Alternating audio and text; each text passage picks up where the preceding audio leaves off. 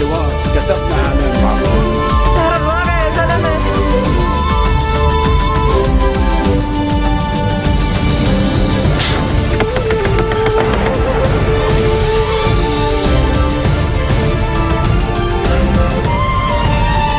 Good afternoon and thank you for joining us on FutureTV. I'm Linda Samim and these are today's top stories.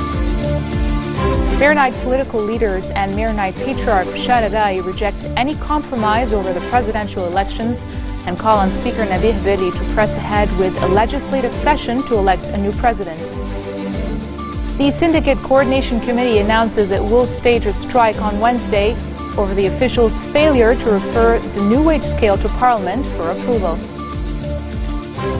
And U.S. President Barack Obama reassures Saudi Arabia's King Abdullah that he will support moderate Syrian rebels during a visit designed to allay the kingdom's concerns. Maronite political leaders and Maronite Patriarch Bashar al-Rai reject any compromise over the presidential elections and call on Speaker Nabih Berri to press ahead with a legislative session to elect Lebanon's next head of state. A Kirki spokesperson says they agreed on the need to swiftly hold the first round of elections in parliament as soon as possible and make way for a democratic electoral process without risking the possibility of failure in electing a new president within the deadline. The comments come following a meeting between al-Rai and Free Patriotic Movement Chief MP Michel Aoun, Kata'ib Party Chief Amin Jmail and Marada Movement Chief Suleiman Frangieh on Friday. Reports say all three of the Maronite leaders, as well as Lebanese Forces leader Samir Jaja, are candidates in the elections. Lebanese Forces leader Samir Jaja, who has taken part in similar meetings in the past, did not attend for security reasons, but was reportedly briefed and approved the statement issued by Kirki. President Michel Sleiman has met with former MP Musbah al-Ahtab at Babda Palace. Talks reportedly focused on the turbulent situation in the northern city of Tripoli in light of the army preparation to carry out the security plan approved by the cabinet. Kata'ib Party Chief Amin Jmail warns that Lebanon is passing through a very difficult phase, highlighting the need to stage the presidential elections on time. Following talks on the elections with Speaker Nabih Berri, Jmail says the elections of a new president will help restore Lebanon's role among the international community. He lamented that Lebanon has been forgotten by the community, questioning the role of some politicians in contributing to the situation. He states that it is unfortunate that Lebanon's absence on the international scene is affecting the outside's trust in it. The Syndicate Coordination Committee has announced it will stage a strike on Wednesday over the officials' failure to refer the new wage scale to Parliament for approval.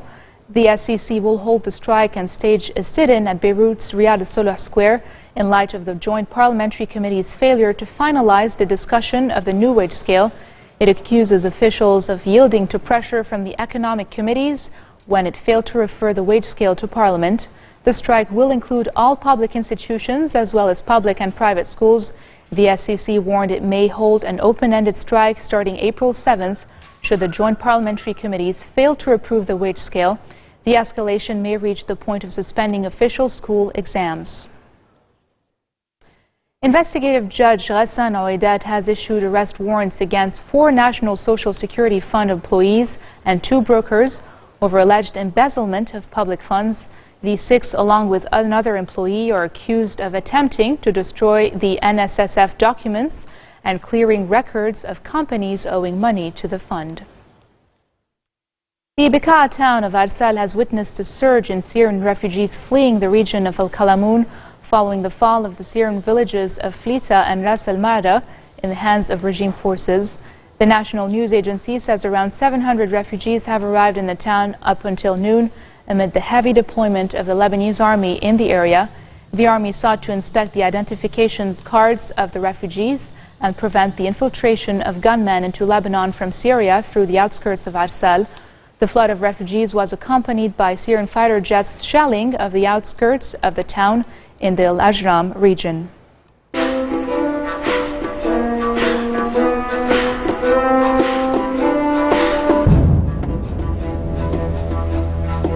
The United Nations humanitarian chief Valerie Amos has sharply criticized the Syrian regime's delay in getting aid to people in Syria. Amos told the Security Council that the regime's delays in withholding cross-border aid deliveries were arbitrary and unjustified and against international law. Amos delivered her first report since the Security Council last month approved a resolution demanding both the government and opposition allow immediate access to the war-ravaged country to deliver aid. But in a damning verdict, she said the country's humanitarian situation remained bleak unless full and unhindered access was given to aid agencies. Council members said they will discuss further steps in the coming days and weeks if the resolution's requirements are not met. And coming up next, millions of people around the world are expected to switch off lights for an hour to mark this year's Earth Hour. Stay with us.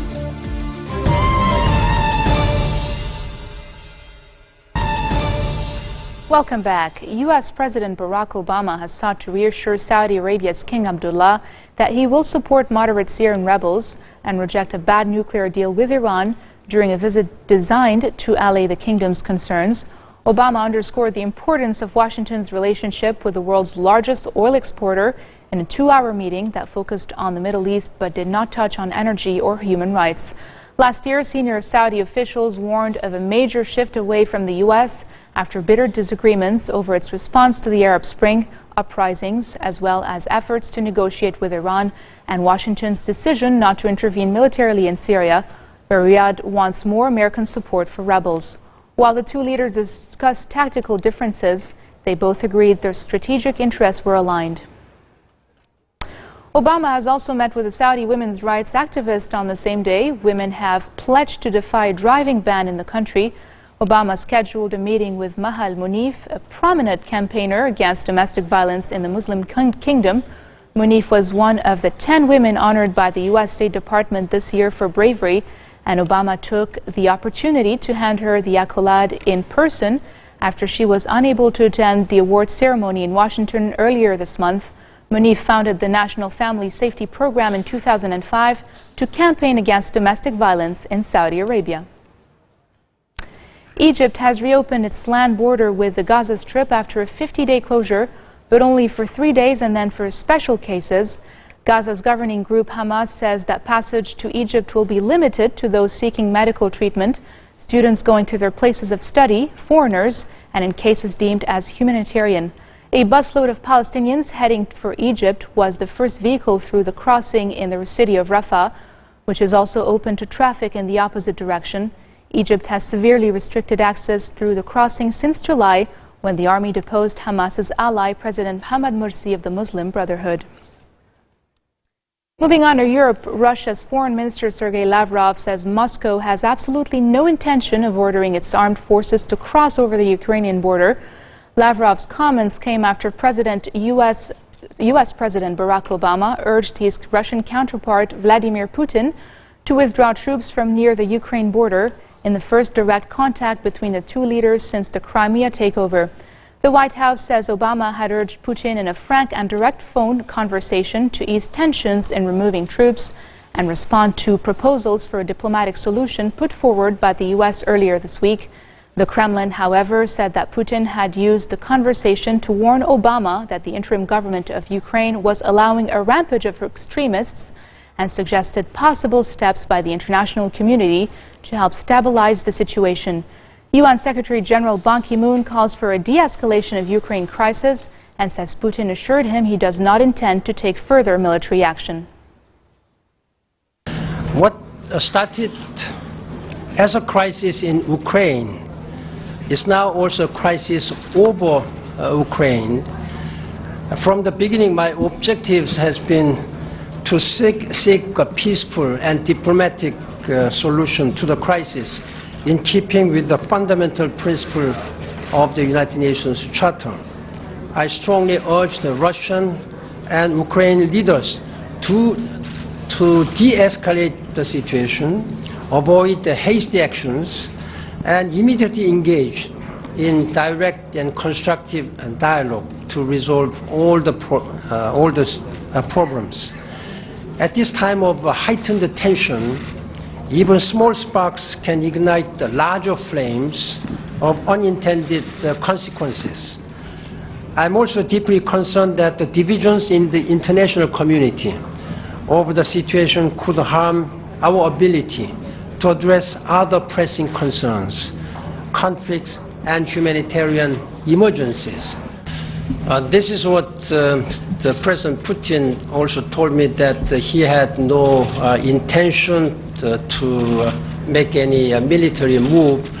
I should also tell you that at the same time, President Putin also expressed his concern about some extreme radical elements and any such movement along the borderlines.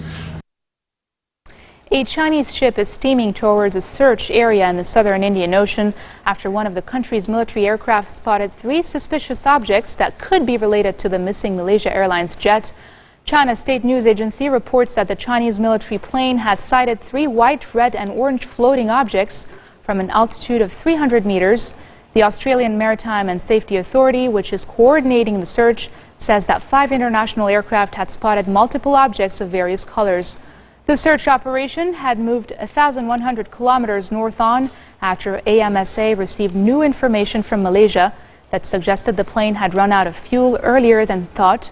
The shift follows analysis of radar and satellite data that showed that missing plane had traveled faster than had previously calculated and so would have burned through its fuel load quicker. And now for news around the world. In brief, a magnitude 5.1 earthquake shakes Los Angeles and surrounding cities. Citizens say it was felt as far south as San Diego and as far north as Ventura County. Broken glass, gas leaks, and water main break and a rock slide were reported near the epicenter, according to local authorities, who are still looking for signs of damage or injuries.